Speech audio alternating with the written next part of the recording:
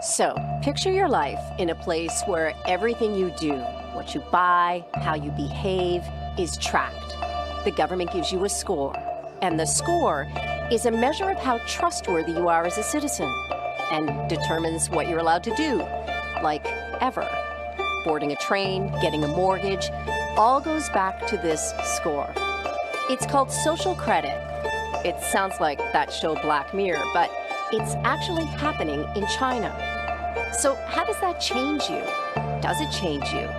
What does your life look like when your every move is watched?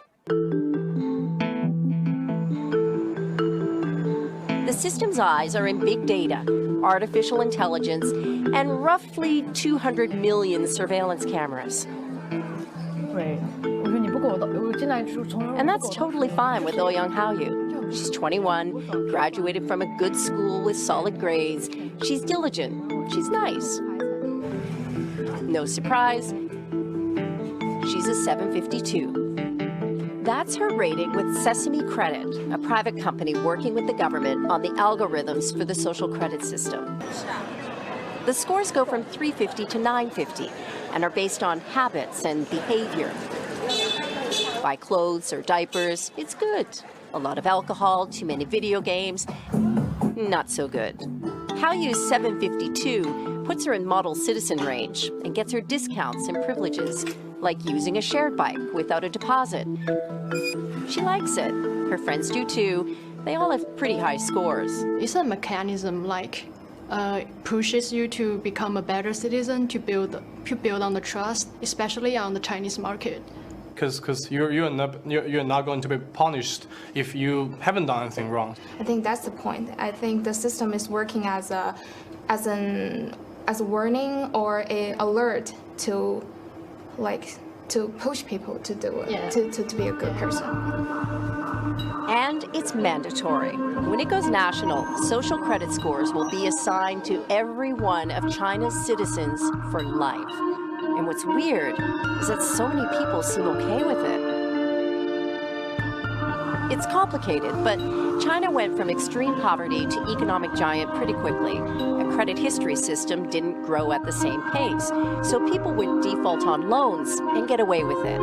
Add in scandals around fake food, tainted baby milk, counterfeit goods, and what you've got is a big problem with trust.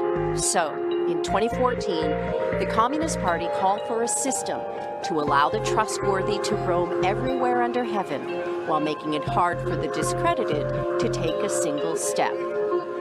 The model is a place called Rongcheng. It's in Shandong province. It's orderly, streets are spotless, cars slow down, which is unheard of in China. Words like honesty and credibility appear on propaganda posters. Display cases show pictures of Rongcheng's most honored citizens. You start with 1,000 points, and you can print out your report anytime.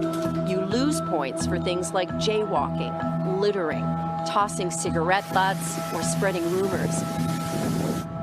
Cameras do a lot of the surveillance work, but it's pretty analog too, like posters that list the ways you can gain or lose points. And each night, local TV shows the surveillance highlights of the day. And then there's Zhou Aini. She's an information collector, a paid enforcer who walks around and writes down deeds about her neighbors.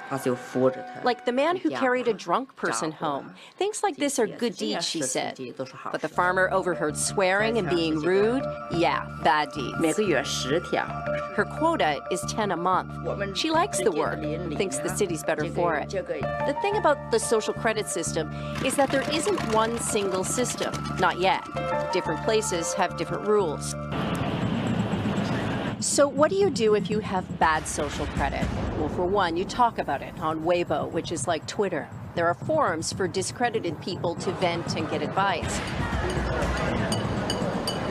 In Chongqing, we hooked up with Huang Huijun. He had a business until he was sued by a client, and Huang refused to pay 90 grand to settle it. So the court put him on a social credit blacklist, and things got way worse.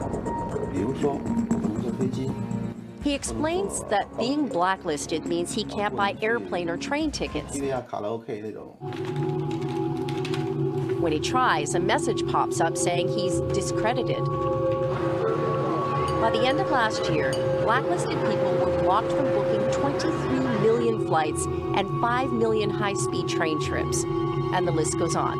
Being discredited makes it hard to get a job, a loan, a hotel room, or put kids in certain schools. Then there's the public shaming. Photo galleries of blacklisted citizens. There's even an app that shows who around you is in debt. In China, being monitored is nothing new.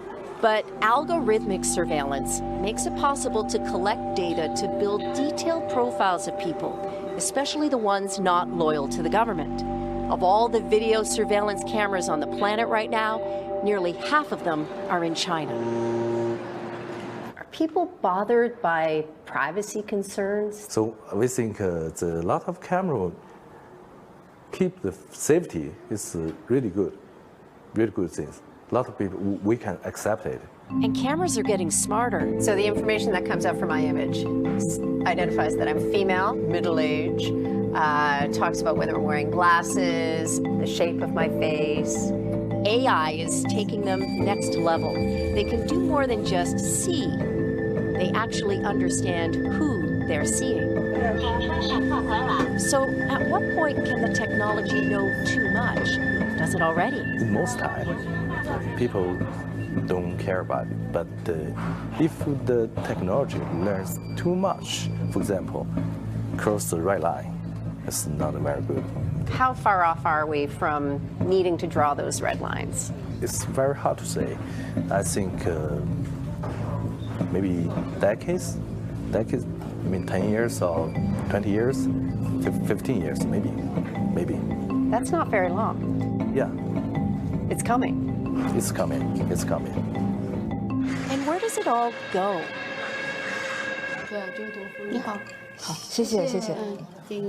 Hao-yu isn't so bothered. Her Sesame score is high. Life is good, and she's used to living most of it online.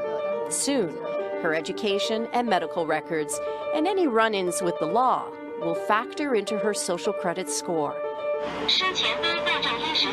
And wherever she goes, someone will follow and ask, who can you trust?